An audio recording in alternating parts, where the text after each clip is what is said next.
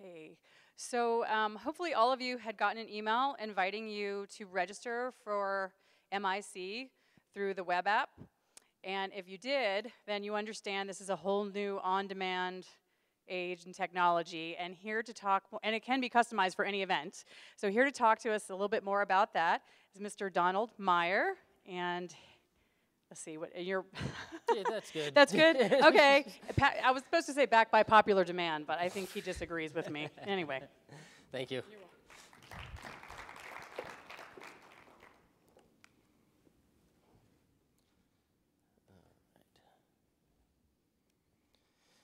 Okay. Yes. See, I'm already a mess here.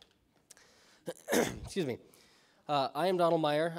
I've been in the conference recording and distribution industry for 12 years. First with Sound Images, and now with the recording webcasting division of Image AV.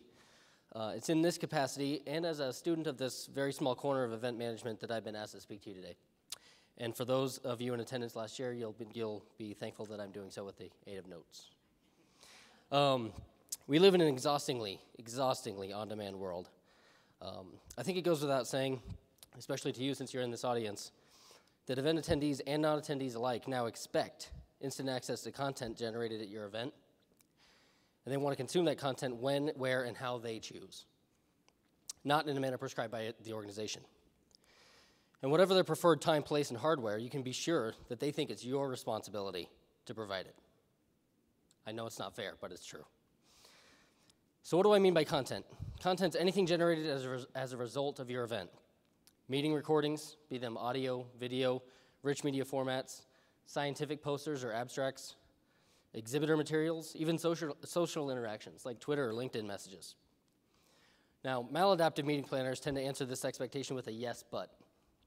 As in, yes, I know I probably need to do this, but how much will it cost me? How difficult will it be to implement? Where am I going to find it in the budget? How will it affect my attendance? Some of you are asking yourselves these questions right now, aren't you? Be honest. Okay. Adaptive meeting planners, excuse me, and those capable of lasting success tend to answer yes and, as in yes, I know I need to offer this, and how can I deploy it in order to exceed the goals of my organization? And how can I use this to monetize previously overlooked opportunities, which is why we're here today. Many clients use a royalty-based model to monetize. A company like mine would sell access to the application, and once the supporting costs were covered, sales would be shared between the organization and the recording company.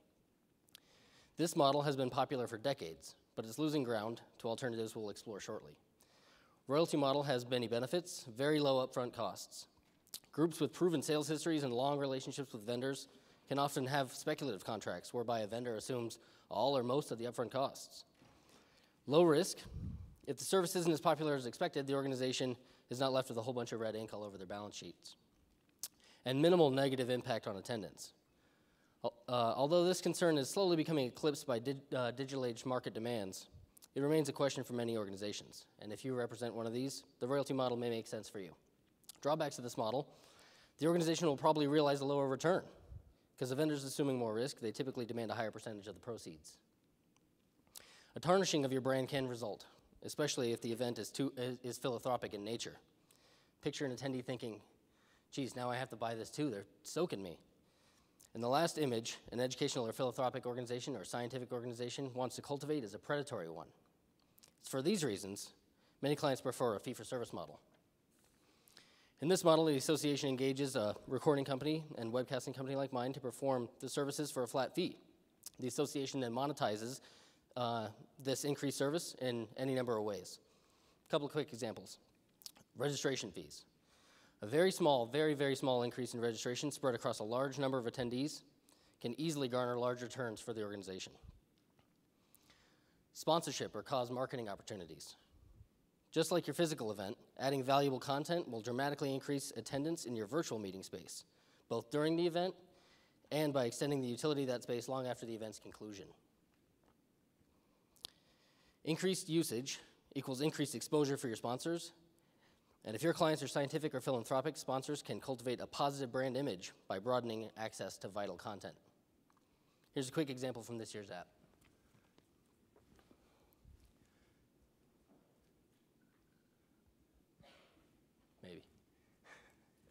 I just sprung it on him. I'm sorry. Probably should have given him a cue backstage. Is it me? Okay.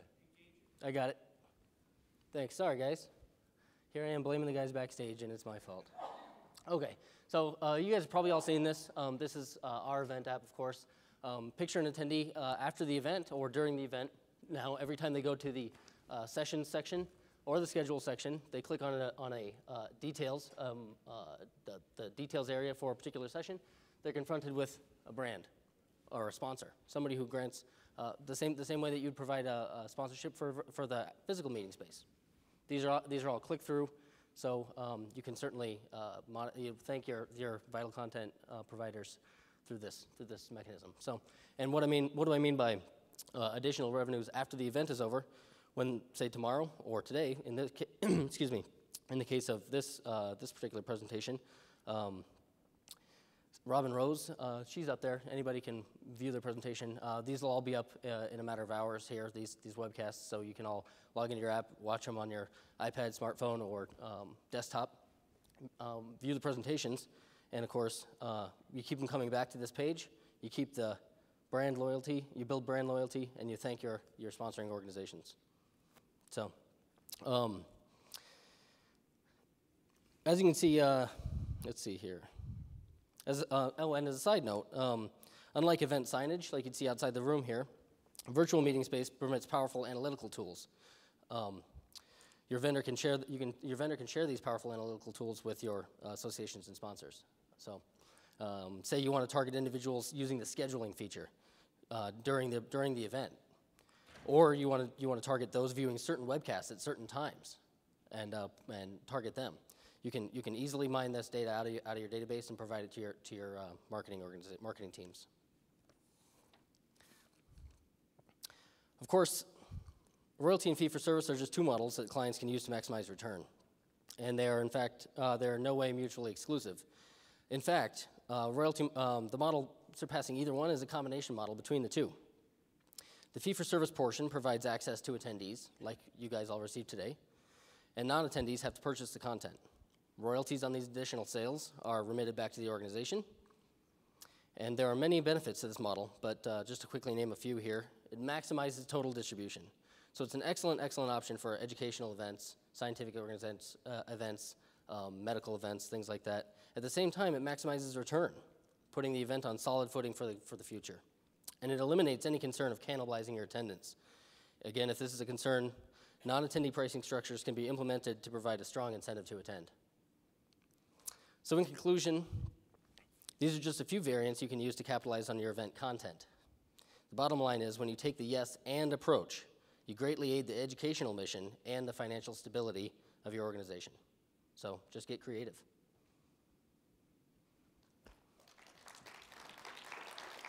Okay, thanks, Dawn. Right here. Questions?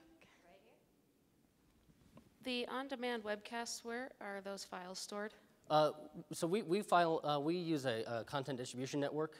So what we do is we'll capture the content, edit it, and upload it from here to our content distribution network. So those files are replicated all over the world, and they can be accessed by anybody, anywhere, anytime, without any degradation in quality.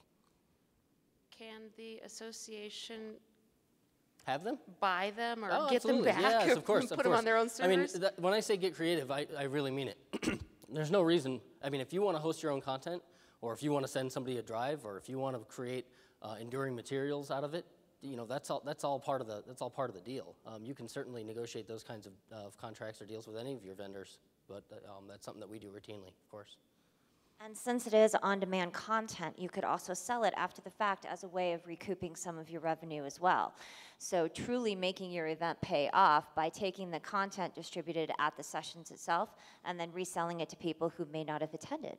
So it's a way to kind of give a living sponsorship, if you will, to some of your sponsors out there who are looking for something like a value add. There is the added benefit. I don't know if any of you represent medical or scientific or philanthropic organizations. I hit them hard on, in this little spiel here because some of you may be familiar with pharma regulations. You know, there are certain things that you can do with sponsorships. There are certain things that you can't. There are certain things you have to do with educational grants.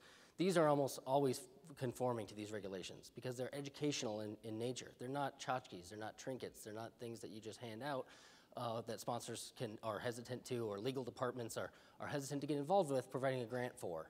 So it can be an attractive outlet for these sponsorship dollars that individuals are trying to get out there, but they want to conform to regulatory agencies. And if you are using our MIC event app today, you will see the sponsors up in the corner each time you log into the app. So you will see that, for instance, one of the sponsors for our MIC event app is Breedy. The other is Image Audiovisuals. Who are they, right?